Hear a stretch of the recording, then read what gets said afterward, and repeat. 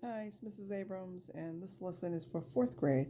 And if you guys remembered before we have had this break that we're in right now, we were doing different cultures. So I was talking to you about Greek culture, and we did the paper vase, and then we did the clay vase. And I know some of you didn't get to finish that, so I'm sorry.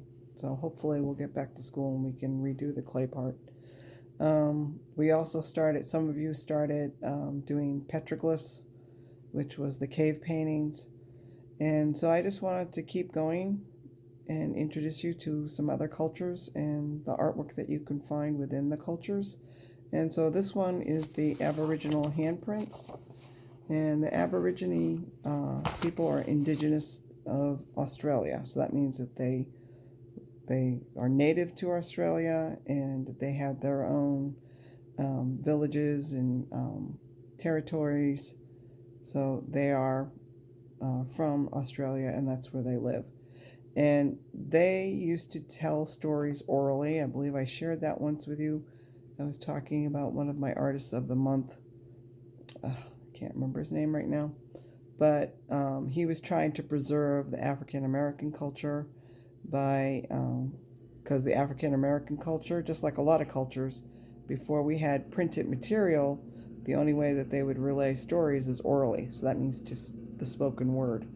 And this particular artist that I was talking to you about was trying to preserve those stories, and so he started creating children's books and doing illustrations. And so this is the Aboriginal art. And so again, they didn't have printed books back then, so they used to tell stories orally. And often they would be gathered around a campfire, and one of the elders, which is the person of authority, that's like an older member of the village, would tell the story, and everybody else would sit around and listen. And some people started drawing in the sand, and they started drawing different symbols and pictures to go along with the stories. And from there, they started making paintings. And just like the Greek culture and in the petroglyphs, there's only certain colors that this particular culture was using, just like the Greeks did. The Greeks used red, white, black, and sometimes a little purple. This culture used black, red, yellow, and white. So black is supposed to represent the earth, white represents the sky, yellow represents water, and red represents energy or fire. So those are the colors that I have. I'm using tempera paint, okay? But again, you can use what you have, okay? And I just wanted to show you a couple of examples of Aboriginal art. So let's see, get this up closer. I don't know if you can see it without the glare. But do you see how really bold the graphic is? It's really nice. And they use dots, and they use dots to fill in the artwork.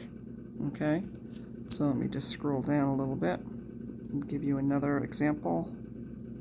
Is this going to scroll for me? No, not that. Okay. Trying to do this backwards and it's not really working too well. Alright. So here's another example. So the Aborigines, just like a lot of cultures, they painted what was familiar to them, what was around them. So it's a very dry area, so they had snakes. They often drew their hands. But there was also water. So there's turtles. So I just want you to really kind of look at how they apply the paint, and they use dots, okay? Alright, so let me get this out of the way. So I gave you some black paper, and you should have some white paper kicking around. So the first thing I did was I'm just tracing my hand. So I traced my hand already. You see that? So now I'm just going to cut it out.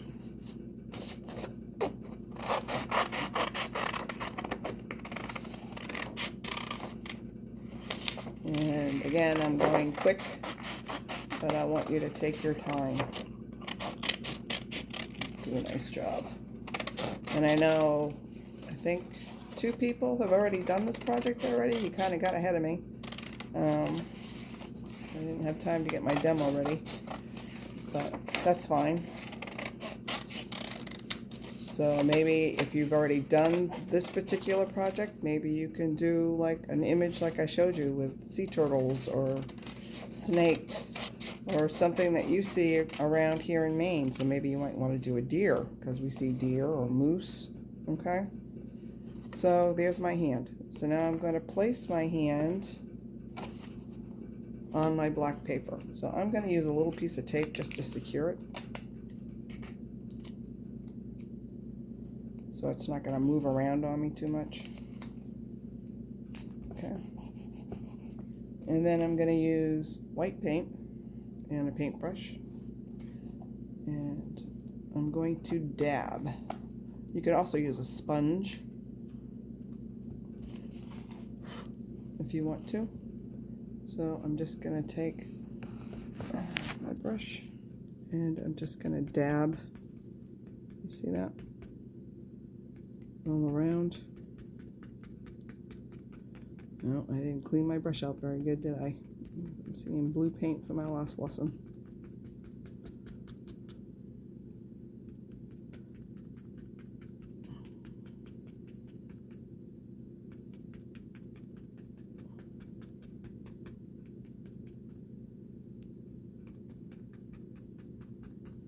And I'm just going to go all around my hand.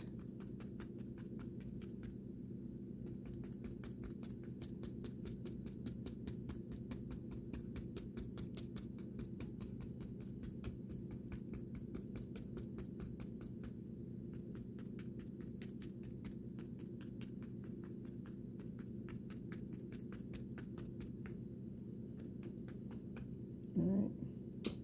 And then you can just lift up the paper hand.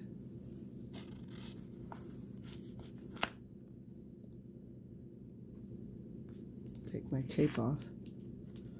And then you have an imprint of the hand.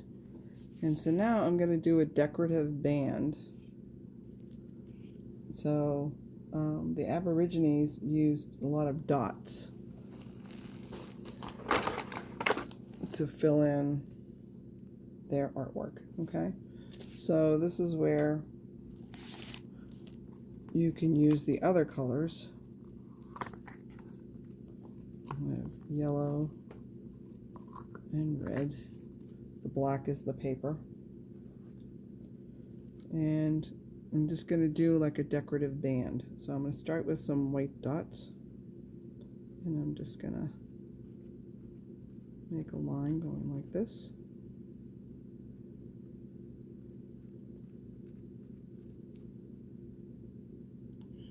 And you can make bigger dots, little dots. You can use a Q-tip for this too. Q-tips work really well. And let's see, I'm going to rinse out my brush. I'm going to use another color. Let's say I'll use yellow. And I'm just going to put a strip of yellow.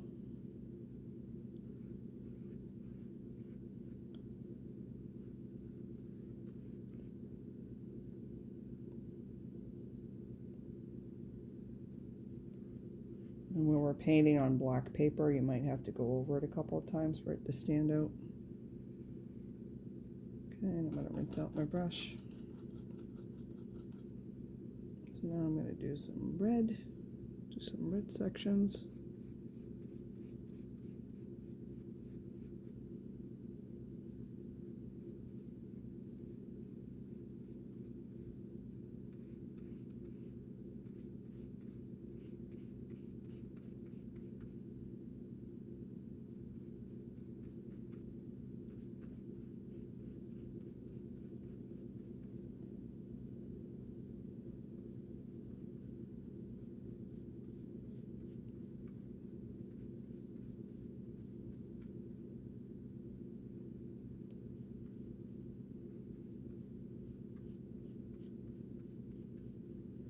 again, I'm rushing just so I can show you, okay?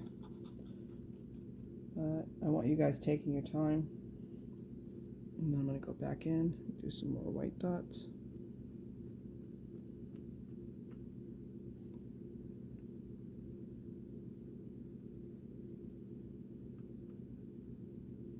And I'm going to do bigger.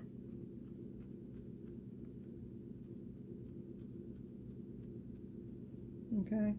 And then once this dries, you can go into these little squares and do different symbols.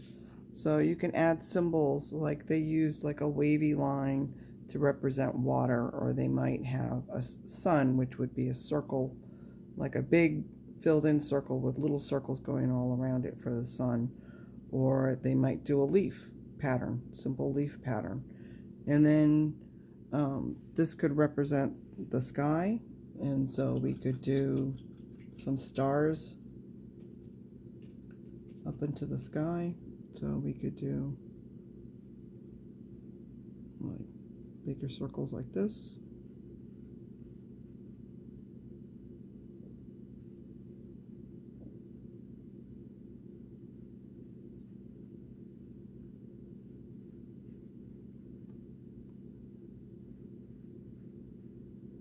And then you can add smaller little dots going all the way around, so they could represent stars.